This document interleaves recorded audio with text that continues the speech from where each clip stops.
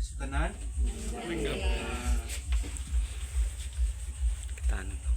Sakit katama pamalandungon kung part sa atong family ang madula ang reality. So, salamat sa presensya sa tanan, ari dire. Salamat sa mga kautoran na kung nag-atiman, mga kaingod, mga friends. Nalipay ko kay nagkita ay tanan sa halin pa sa layong lugar. Nya, 2 days na ko nag-drive para lang kaabot dire niya. Di malikayan nga kanang makatulog ida akong luha. So muna. So salamat sa inyong presensya. Salamat sa suporta. Thank you so much for your prayer and comforting words and financial support. And also thank you so much sa matahang katamang special number sa mga kanta naton. Special number. Kung dito kunuta sa langit, malipayon tatanan. So malipayon basta ni kagabihon. Men so malipayon ganita nga kita na itong mga friends. How much dito sa langit. So nang promise ng Jesus Christ. And also ang kanta nga amon ging andam, gihambalan akon doon akon kanak hindi kate. Kung dapat bisan amulan na ang ma-offer natin kaya hindi man sila kaupod. So ang kanta, ang News Day, ang ibig sabihin na Latin words mo na siya sa silingon, ang pagkasakit ni Jesus Christ dito sa krus. So wala pa ganita katry sa inanggilan santa, so grabe ang kasakit ni Jesus Christ. Pero atong makita sa kanta sila niya, God is so holy and He is faithful sa iyang mga pulong. So this evening, ang topic nga akong i-share dira kaninyo ning kagabihon is about unavoidable happening in life.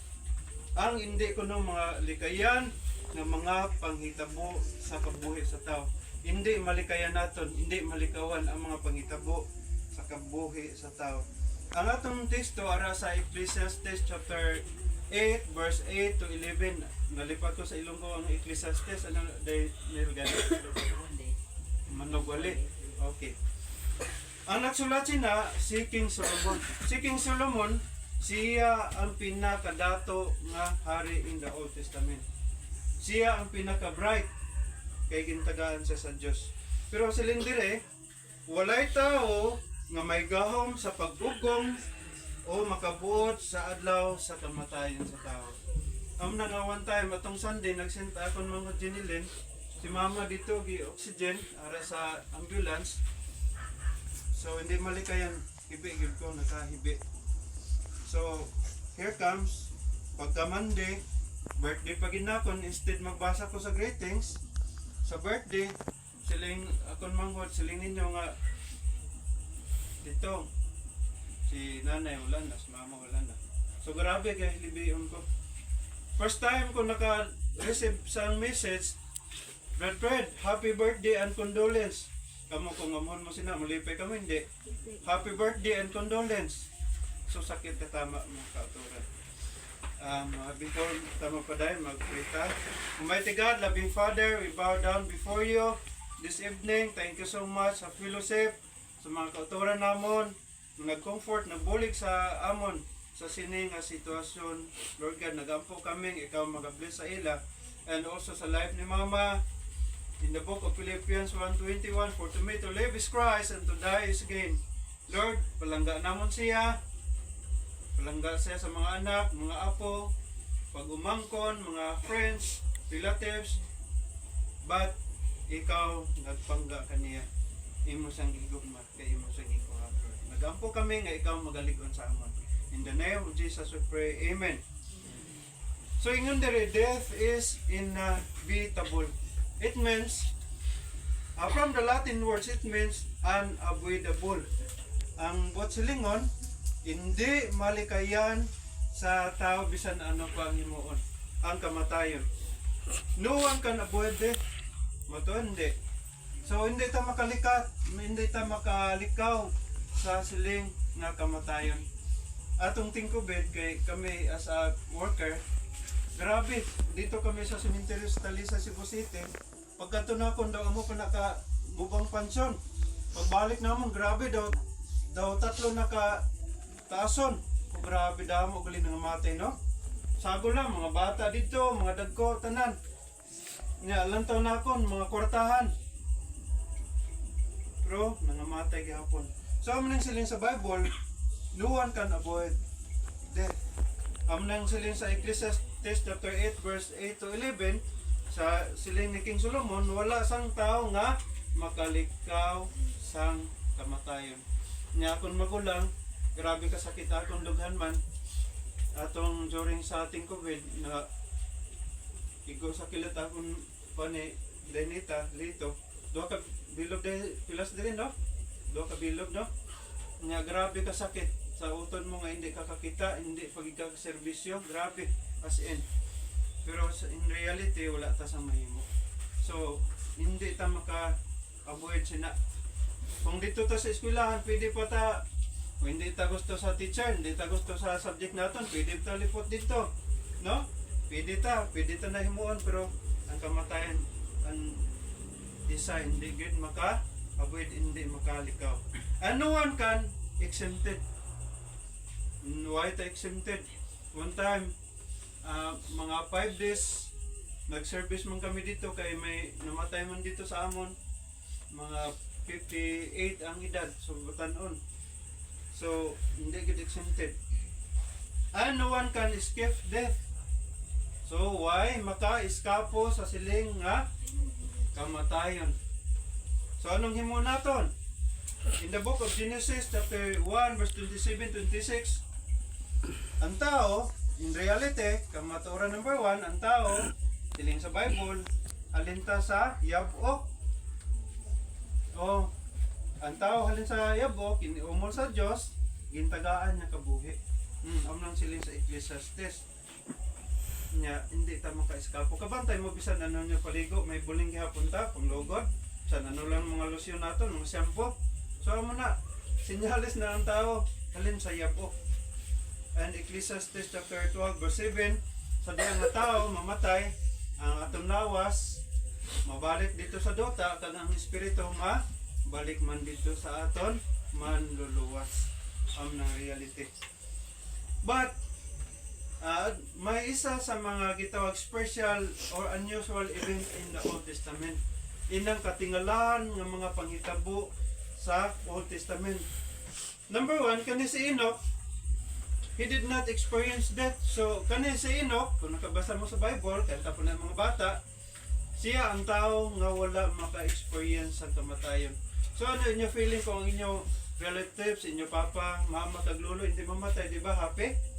So, si Enoch, wala siya maka-experience ang gitawag kamatayon.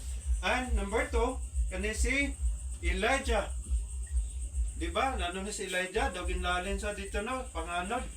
Diretso lang siya, wala siya nakaagay sang gitawag kamatayon. But silingon, wala sang kasakitan.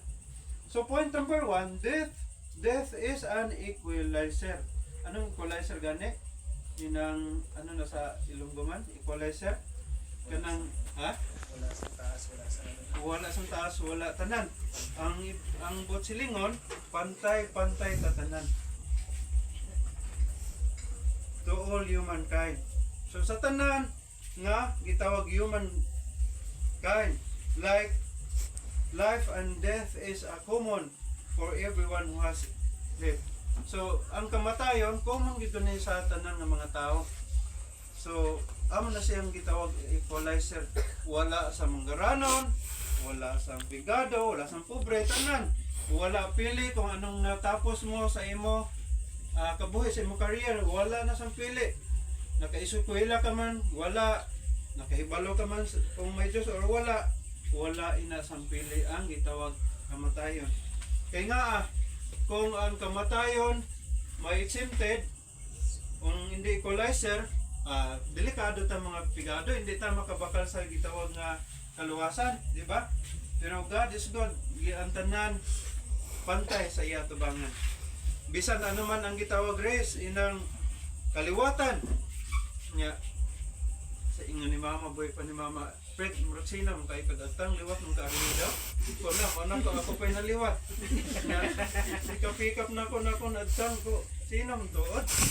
Nya, silim pa ni mama, basta kuno sinaw, dugay ko namatay. Ikaw pa daw niya magtang kung sinaw ba? So siling mama, nya, kung ano pagid ko ng dulungan, kung damol dulungan. Ikap na ako na kung dulungan ko damol man, siguro hindi pa ko matay siguro ay. Oh. Tapos atong pagnyoyen nagkanto ko de, interview na ko sila mga utod. Kuma, ano sa sekreto sa para mataas ang kabuhi niya? Sayo lang kayo, kinanglan kaon ka, hindi magbitsing kag magjik sarap. Singko ano pa? Kaon daw sa bulad. Singko ano? Kaon bulad ang sekreto, apilan kaon daw ang ulo. Pero first thing, na-surprise ko atong Monday. Si mama nag-una nagali sa aton. So, ini culture. Bisan ano ko ng kultura sa tao, ang kamatayon maabot. Sa dito sa Luzon, may culture nila dito nga ang patay, ilahimuan sang salsalon, kondiri o, itabon daw, antipara. Kaya ang purpose daw, para nga ang namatay, hindi makakita sa gabilar. Kaya base amo nang masunod daw. Pero one time, kay funeral service man kami, siling ko, sino nakasulat dira sa, amo na, ano na, tawag? Saging, ano na kon, sino nakasulat? Amo na sila, 5 kahibalo ka, pag uli nato, rapulo na. Ito rapulon. O, mo nang every time magato ko sa may patay, hindi ko magsulat, yan ko rapulon. Pero in reality, death is an equalizer. And death is equalizer in economic status. Kana economics kung manggaranon ta, di ba? Si Leni Duterte, samtang idala siya dito sa Netherlands, silin niya kung hindi pa ko ninyo patsyon, magtigi ta. But silin niya, kung mamatay mong galing ko, dapat i-cremate ninyo akong lawas, kag kung din ko nabuhi, din sa natao, isabog nyo lang ko, no? Kaya silin niya, kung makadto na ko sa impyerno, silin niya, away, nasunogon si Lucifer. O, sabi na, silin niya, ini si Laila de Lima, ari ko no, sa impyerno, welcome Laila de Lima sa silin ni Duterte. So, bisan anong sitwasyon sa atong kabuhi, magaranon man ta, pigado. Kung ako lang pabuton si mama, hindi ko gusto mamatay kay siling ko, bisan mag-85 lang si mama kay way manggit siya sakit. Way sakit, way maintenance. So siling ko, niya, sa siling ko tani, namatay si mama, inang may kwarta man ta, para hindi ta mo problema, di ba? Pero hindi malikayan. Niya, may bayo pa ni si mama dito maging bilin sa balay, niya, pwede, hipusan na kay umubalik ko diri, ako na naisuot. So, galing ining may edad na, pag uli ni mama Sibo, grabe yung mga binakintol halin sa Sibo. Niya, pag lambot niya de, akong ipanguhay ang mga bayo. Akong gimpilian atong mga daan. Kag ang bago, ang daan, gidispose naton ang bago, ang bilin. Kay kung kay balon aking man mga aking kasi ya. Isang tagaan mo na bago nga pan, gusto lang siya atong daan, pagsos, pag ng bago-bago. Oh. So, niya, bisan popular ka pa. Patay gihapon. You know what, si Marcos, President Marcos, pila siya katuig nga ginghaya nang wala ginlubong. Kay balo ka mo, wala. 29 years, wala siya ginlubong. During the time of Duterte, si Duterte pa nakapadubong. So popular siya katama. Well known, ilado siya katama sa society. Pero, namatay gihapon. May isa ka tao nga manggaranong katama, hindi siya gusto mamatay. Kay damo sa kwarta, damo sa bodyguard, bisan ano nga salakyan, ara siya mga eroplano, ara siya sina, mga yate, ara siya kumpleto. Karon kay hindi man siya gusto mamatay, kay gusto siya makapahimulos pa sa iyang manggad. Ang iyaging himo, nakadungog man siya sa istorya nga Fountain of Life. Iyang gihimo tunga sang gabi, naglakat siya, iyang gipangita ang Fountain of Life. Karon ang problema niya kay why siya nagpahibalo, siya pamilya, siya bodyguard, why siya nagpahibalo? Kay sayang tao, dalok man, kay gusto man suluhon. Why sa na kay balo? Lakat siya. Karon sa laktong istorya, nakalambot siya sa Kintulimbo. Pagkadto niya, kita siya sa tubig, agas-agas dito, sa fountain. Grabe ka tinaw. Tinaw, gidya katama. So yung gihimo, lipa siya, kato siya dito. Kuha siya, inom siya. During that time, ang iya edad sa sinta. Pag inom niya dito, tapos niya inom. Ang iya edad, ginahimo 30 anyos. Ay, grabe, kalipay niya. Karon kay tao, hindi man kontento. Inom naman siya balik dito, inom siya. Tapos niya inom, ang iya edad nga 30, nahimo man 15. Kamo, di ba? Gabantay ka kung gusto tayo ibalikan naton, di ba? Gusto tayong nakapuli ko dito sa amon, gusto na akong ibalik nga. Estudyante pa ko, gamay pa ko, gusto kong makaupo da akong pamilya kung ano kami sa una, di ba dahil? So ano? Gusto na ito maka-feeling liwat. So laktong istorya, nahimo siyang 15 anyos. Karon ang problema kay tao sa dalok ng gyud. Inom naman siya, Pagkatapos na inom, here comes, nahimo man siyang 9 months old. So hibi siya. Wow! Ngita si mama. Mama! Ngita siya, Papa! Tapos, nangita siya datas kay gusto mag-inom, pinugutom, perting siyagit niya, tsaba siya katama. Nangita siya diaper, nangita siya lampe, nangita habol. Why nakabulig siya, alak itong istorya, patay gihapon siya. So mo na ang death is equalizer. So mapigado man ta, mamanggaranon man ta, ang kamatayon maabot. So anong himo naton? Dapat ready ta, mangandam ta. So isa ka kalabanan dito sa Cebu, mga tao dito kay kuan na kanang nagpa-member sa St. Peter. Ano pa na inang St. Peter, St. Francis. Grabe nagpa-member ang niya SSS. Preparation pero kay balo ka ang pinakamayo nga i-ready naton ang atong kaugalin pagdawa sa Ginoo. Dapat sa atong pagkabuhi himo natong partner Jesus Christ sa atong life. Amo nang pinaka the best nga preparation sa atong kabuhi. Bisan ano natong kabisi sa pagpaningabuhi naton para sa pamilya, sa atong tanan, so dapat si Jesus pariyon naton sa atong kasing-kasing. Point number 2, death is our final point. Hambalan ko si mama nauna lang git. Nya timetable na gito ni mama kay si mama wala gini siya maanad bulong. Kay kisa akong gailanat ni siya dito sa Tibo. Paimnon na ako ni isa ka BFJC mo ulian gini siya nday. Kisa ag LBM. Paimnon na ako ng Diatabs. Ayo dayon kung hindi Diatabs lagaan ako dayon dahon sa Piabas ulian gini siya. Karon kay one time nang luod man si mama. Nang luod niya alas 2 na way nagkaon. Kay galali sila kon asawa. Gamay lang gusto niya. Kay sabaan daw sa mga bata, gahuran siya ba? Sabing pagkaan sa nakon. Niya. Piling nakon. Ma, kaon ka na ma. Mana siya, hadlok matay ko. Ayaw pagkalan siya. Hadlok matay. Kami muna sa ginawang pangita obra. Kay para sa pamilya, siya, gaimot-imot dito. Kasi awag ini si mama niya. Isa libay sa pa ko, arabay tubig ng sapa dire. Ay sungog na kon. Grabe ni si mama kakuan. Nya pag-abot na kon, kuma. Kaon. Ana sa nga pakanon man ko nga busog man ko. Ko sige lang kay sa una gamay pa mi, dumduman namon nga gamay pa mi. Kanang grabe ka, magaling dito lubog mais niya, magaling maglungag ni siya. Kung kaysa amaman kami, mga lot bisor o kamote. Kita ang gina kay upon man namon. Kuma, kaon gyud. Kigan ko niya na daw mamugos ko. Tapos on time mga laon na akong giukoy si mama, basa-basa Bible. Kasi kuma unsa may magbasa na Biblia. Kung sa may mga nakatunan na niya kay si Moses naghimo dag-arka. Kundi na si Moses, si Noah. Lima arka. Niya silimpan niya inlumot-lumutan ako noong arka kay inlumot-lumutan ako noong arka before pa mga tao na nakay. Diway pagit ko nung nagsakay ang tao, ang iya lang pamilya. Perting kadlaw na ako kuma. Tapos sinabasa tulog ka. Ya nga pakatulogon man ko nimo nga hindi man ko matuyo. So sige lang ma kaysa muna, bata pa mi, Siling mo, kani si Freddy gidoy, tudlo ko.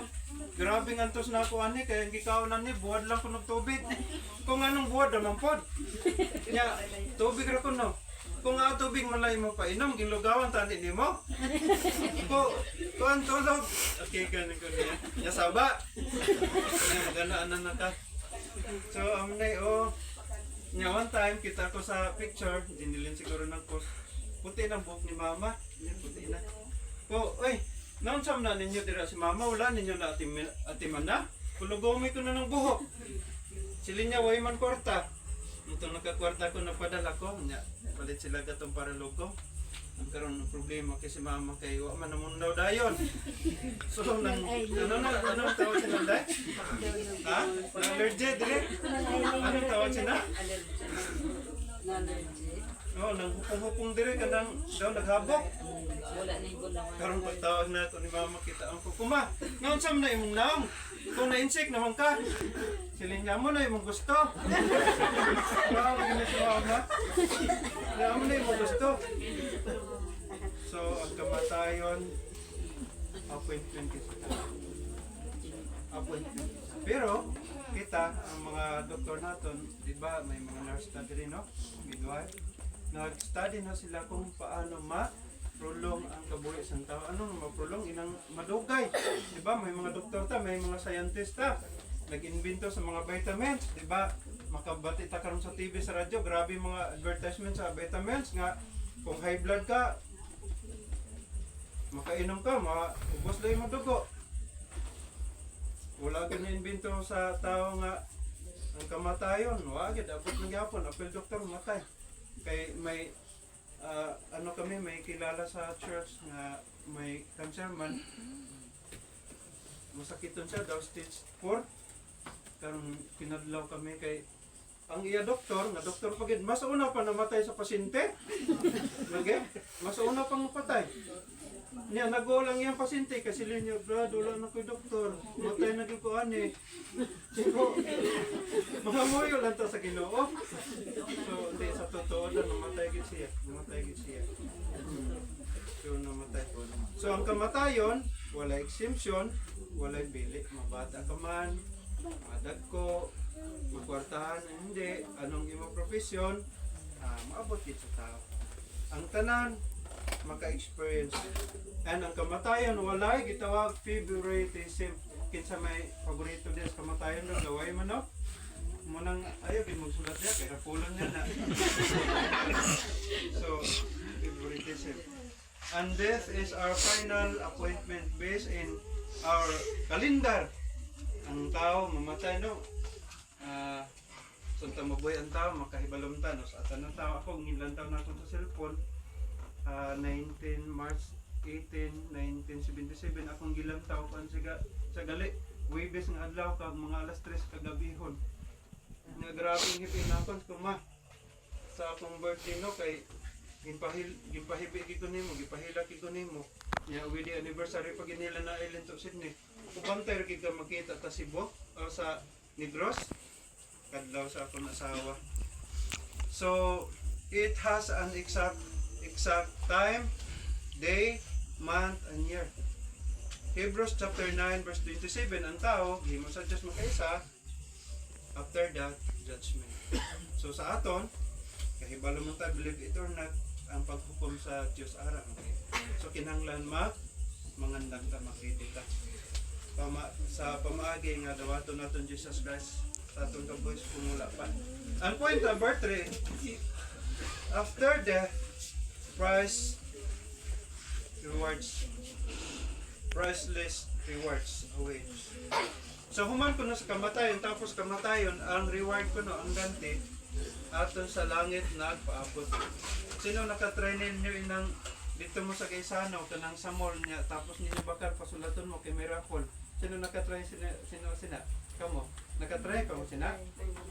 Tapos ninyo bakal niya, ma'am sir, ilista mo pangalan, contact number, contact address, kay base makadaog ka mo, inang salakyan. Dito sa Gaisano, nakasulat daw ka bilog na full ticket. Nag-pray ko Lord, kung imo ni hatag salakyan kay tahong-tahong gid ka tama. ko na nakoy parking area, nakoy lisensya. Pero wala mong gapon. So amo na gali. So ang kamatayon, ang reward sa babaw, sa langit nagpaabot. Di ba? Nagpaabot. So pero kinsa may kadali ninyo? Nagdali ta wala. Di ta mo dili ay. Delikado kayo na. Di ba? Bisan tinuod may reward pero ay magulat lang ta. Hindi ta magdali. Ang ibang gahi ko lang kay sobrang dali. Dito sa Lapu-Lapu ng the longest bridge subong, Lapu-Lapu. Ang project ng Duterte, ang Cebu City, Cordoba. Amo nang pinakataas nga bridge subong. 8.6 kilometers. Amo nang pinakataas. Karon kay may tao mo nga ambot ano to. Nagsusad, saka sa dito baba. Karon naglukso siya Brad, naglukso idalom. Kay gusto magpakamatay, ang problema iyan na to, dito kay Baruto man. Baruto ang problema, kinabalik-balik pag siya. Dalang hospital, way natapat. Ugantos noan siya. So, although nga, ang ano ng price ganito ko? Ang premium nagpaabot dito sa langit. Pero, hindi ta madali. Diba, hindi ta madali. Maningabuhit anay, eskwela ta sa mga estudyante, mga ginikanan, trabaho para sa pamilya. Nga dili ta madali. So kay kung arita sa Bible, ang nagpaabot dito ang gitawagan ti sa Bisaya pa. Ang price nagpaabot dito. Unsa nag ano nagpaabot dito? One eternal life. Ang kabuhi nga wala katapusan. Kay dire akong ilan to sa Bible baya ko ano biya inang ang edad naton maabot lang 80 to 100. Kay kung mag 100 na po ang atong pamilya mag-ilog na po kung di na paistaron kay tungod sa 100,000 kisa mag-ilog dito nailog sila sa ila lola kay inang 99 ang edad kay nag ang ilang na una ang 100,000 galing nga reward. So, ara dito ang gitawag eternal life, ang kabuhi nga wala sing katapusan. And eternal hope. Tama no? Eternal hope na ato nagpaarbon. Kaysa kung may problema ta, makasilista na daway ng pag-asa. Pero kung makabasa ta sa Bible, ang pag-asa ato pagalit sa langit. And anong nagpaabot dito? Eternal assurance. Dili sa kalibutan, kung mga pleta, kaysa inang di pa tabatonon, masiling na tawagan lang ka, so why assurance? Diba? Why assurance? Pero kung aton kabuhi, tugyan naton sa Ginoo, ang assurance ato sa iya. And eternal satisfaction. Dili sa kalibutan, kisa kuantay ng ano ng bagulbulan sa Bisaya, ang Bisaya ng bagulbulan, no? Sa Ilonggo na dito. Kumurkumuran. Kumurkumuran ta, dili ka tama ta satisfaction labi na sa mga estudyante nang dagmay ganing grado. Sige bagulbol. Nga kisa sa atong ginaobrahan sugoon ta. Bagulbol ta labi na sa mga anak karon, sige na lang cellphone sugoon na sa papag mama sig bagulbol. Okay na kuno sa cellphone. So kisa dili ta satisfied sa aton kabuhi. Ang aton makita sa aton kabuhi, makita na nako ni mama para nako perfect yun siyang pagkamama. I hope and I pray mga anak na pamandon inyong mga ginikanan papag mama pranggaan ninyo sa buhi pa. Although atong ginikanan dili perfecto, ay balo po ko usahay kasabaan po ni mama gyud kay kuan kuno ko kanis TikTok ayo kay naami anak dito gamay kanang gikan mo gud siya nangahay kanang mukugos na siya kumaayo sa pagkugos manghinaw sa dito so silingan no kinang ailing na na si pwede ay grabe na TikTok kay ganto niya TikTok ayo ko no nya dili ko no kuan actually tanan ato mong gihimo para prevention. So, dili ta satisfied sa aton kabuhi. Pero, dire sa langit na dito gitawag eternal nga kalipay ara dito.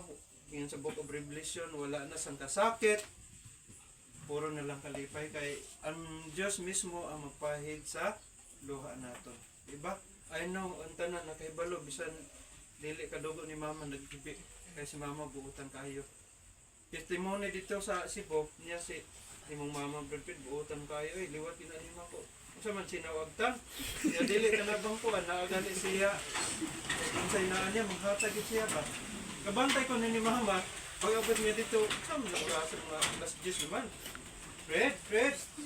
Oh, tingin mo doon mama. Si mama gali. Katulog naman kami. Pagdili ako si mama naman. Galing daw sa Cebu. Nialantan ako sa yung bitman na tinapay. Halin pa ni sa talisay daw. Wala rin ang pandot niya. Ay man. Hindi pa sa lubong. So ingon na sa mama. Giver kayo. And hope and I pray kung anong ara sa aton. Hindi kita matinalo. I believe it or not. Biyaan na. May kalabanan. Kay araw mo kami sa ministry ng funeral service namon dito sa Cebu, mga kwartahan katama. Ang ila interview dito kay mo ang building, air condition. Ato me. Pero ako wala akong sulod kay nako what if gi-COVID to. Mahaklo po na to. So kung nulod dito, bahala mo dito. Wala akong sulod. So grabe ang tanang mahimo pero lakang istorya hindi gid satisfied ang tao. Amo na nga challenge na kon sa mga bata, harapan yung papag mama, kalangga. Ano mahimo ninyo? Although atong ginikanan kisa hindi mo gina perfecto pero dapat ilabin natin. Dito ko ni Inday Mildred ganina, Inday Elby, kay nagsipirit man po kisa yung papag mama, maging advice ang ginakon samtang buhi pa. Kalangga, agad ipakita lang. So, dito ang satisfaction. Pero sa mga taong nga wala mag-ila, wala nagdawat sa Ginoo, siling sa Bible in the book of Proverbs, samtang buhay na yung tao, ina nga tao buang-buang na nga wala makilala sa Dios. So kung gusto ta nga hindi ta tagon na buang-buang, dapat i-offer din natin kabuhi. Ang tanan ato yung mga para sa Ginoo and also sa isig ka tao. Ipakita nato ang maayo kanang lakong istorya, be a good example. Si Sir Larry Carson, isa sa mga tagiya sa Eskwelahan Cebu Bible Seminary, ang asawa na patay man sunod niya edad 74 sa siling niya, kuhan mo na siya kanang US veterans. May maayo ko ng mga panghitabo kung may part sa inyong family mamatay. Siling niya, number 1, imo ko nung makitaan ang gitawag unity. Matuod no? Dira ang unity nagkahiusa. Bisan sa una dito perfecto. Kami sa una mo kadumdumi kami udong sinunto kay mi sa una. Pero makita nato ang unity. Nya ang gugma dapat amo ang magpatigbabaw. Ikaduha, everyone is in behave. So ang tanan ara sa maayong kahimtang inang galalis mo sa una. Why man na siya? Kay respeto. May respeto ang pulong sa Ginoo, hindi naman para ni mama, kay para naman natin sa mama, hindi man nakabati, hindi naman nakadungog. So one time, nag-meeting mi dito sa church namo, niya initay ng isyu, na sila mga komento nako, niya kaning mo ubrata kay hindi magina malikayan damo man sa mga tao magkomento bisan gahimo ko sa maayo. So amni ila komento karon namati lang ko. Niya namo pinito sinya Fred. Ano imong mahambal? Silin lang ko. Kudok, nalingaw lang ko sa pagpamati sa inyo komento sa akon. Kaya silin ko, samtang buhi pa ko, kadungog ko, makabati pa ko, nakahibalo ko kung usay inyong komento para sa akon. So I hope and I pray nga ang komento natin sa matag sa maayo. Kaya ang Ginoo malipay ang isikataon nato malipay man. Nya dito sa langit wala na paghibi o paghilas. So ingon na nakatama ang promise sa Ginoo. Conclusion, life is full of choices. Ang kabuhi ko nato puno sa pagpili. Number 1, living with Christ. Makinabuhi kuno kita nga ara si Kristo and full of assurance. Bisan matuod kung madula man ta, pero kung ara ta sa Ginoo, may assurance man gid. May assurance kasi pura doon. Kaduha, living without Christ, full of condemnation, which is lake of fire. Akong baba din nakatama ka ang balambay kay doon ka adlaw ko na bulad. Ride motor. So man na. So kung wala ko si Kristo sa aton kabuhi delikado. Condemnation. Nya dito kuno sa lake of fire.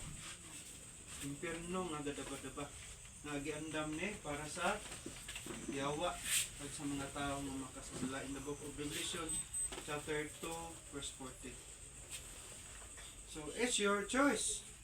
Pili ninyo. Ang pagpili ara na sa inyo. Kung mo dawat ka mo sa Ginoo or hindi. Para na sa inyong na desisyon. Amo na diri sa kalibutan, Jesus Christ nagpakamatay gid para sa tanan. In-offer niya ang iya kabuhi para ang tanan. May kabuhi nga wala sang katapusan. And it's our choice. So dapat para nako pilion ginaton na magkabuhi nga sa Ginoo. Si Mama nabaptize gini kami doon ni Ariel dito sa Talisay Beach, no? So kami nagbaptize ni Mama. Ya, kay balo ba mo anong background ni Mama? Nalabtan ni si Mama. Ano nang nalabtan diri ma? Mga ngatsi ni si Mama. Nagamay pa ko sa una. Kanang kailado man kayo mi sa dito ang lugar kay si Mama mga ngatsi.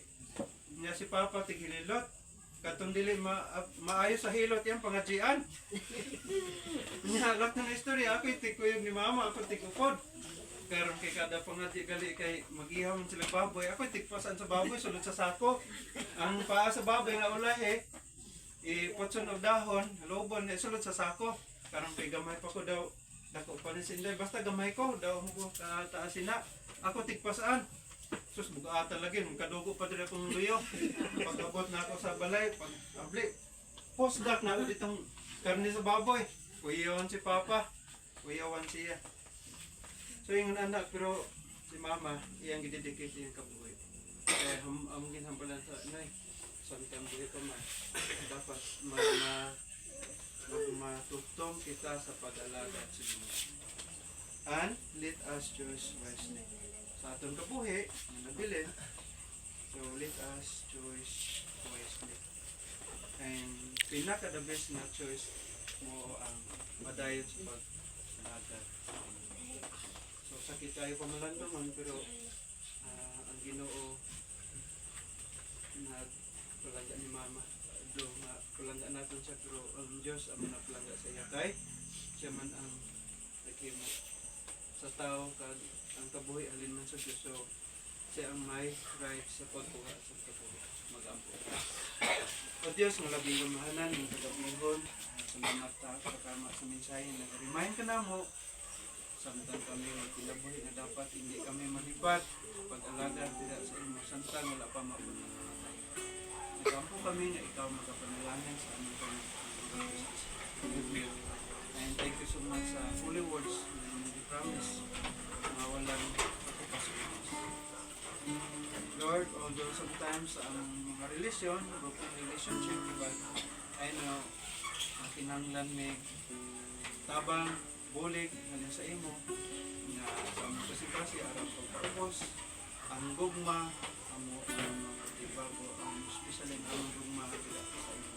And thank you so much sa salvation ng mga all of this we ask for Christ our Lord in the name of Jesus. Amen. Mind the peace. Salamat po.